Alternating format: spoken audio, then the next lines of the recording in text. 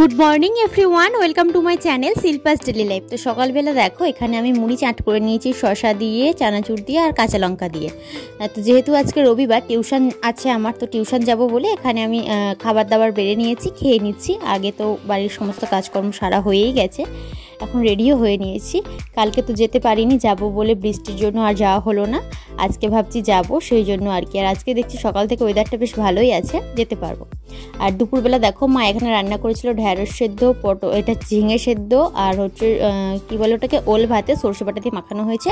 আর এখানে চিংড়ি মাছের ভাপা। তো চিংড়ি মাছের ভাপা হয়ে গেলে আর কিচ্ছু চাই না, চিংড়ি মাছের ভাপা দিয়ে সম্পূর্ণ ভাতটা খাওয়া হয়ে যায়। তো এই রান্নাগুলোই করেছে, মাকে বলেই গিয়েছিলাম সেদ্ধ ভাত করো, তারপরে দেখলাম চিংড়ি মাছ এনে ভাপাটা বানিয়েছে। এখন প্রায় 6:45 মতো বাজে, আর আমি দেখো এখানেও জামা কাপড়গুলো আয়রন করে রাখছি, কারণ কি আজকে যেহেতু বাড়িতে আসবে, যদি তাকে আয়রন করা নেই পরশুদিনে তো পড়ে যাবে। আমার সময়ও হয়েছিল না, ইচ্ছাকৃতভাবে করছিলাম না।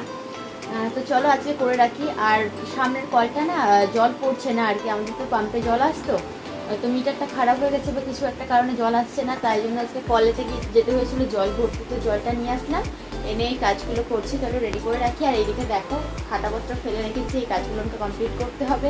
মঙ্গলবারে কলেজে জমা দিতে হবে প্রজেক্টগুলো, সেই জন্য রেডি করে রাখতে হবে। অনেকটাই চাপের মধ্যে পড়ে গেছি।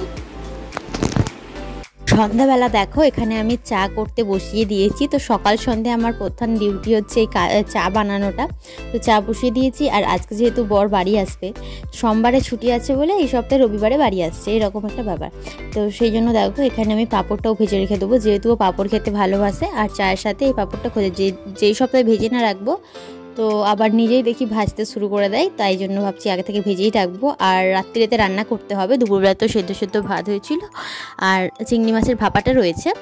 আর এই বেলা ভাবছি একটু ডাল করব, তো দেখা যাক। দেখো এখানে চাটা আমার রেডি হয়ে গেছে, পাঁপড় ভাজা আর চা নিয়ে নিয়েছি, সাথে নিয়ে নিয়েছি বিস্কুট।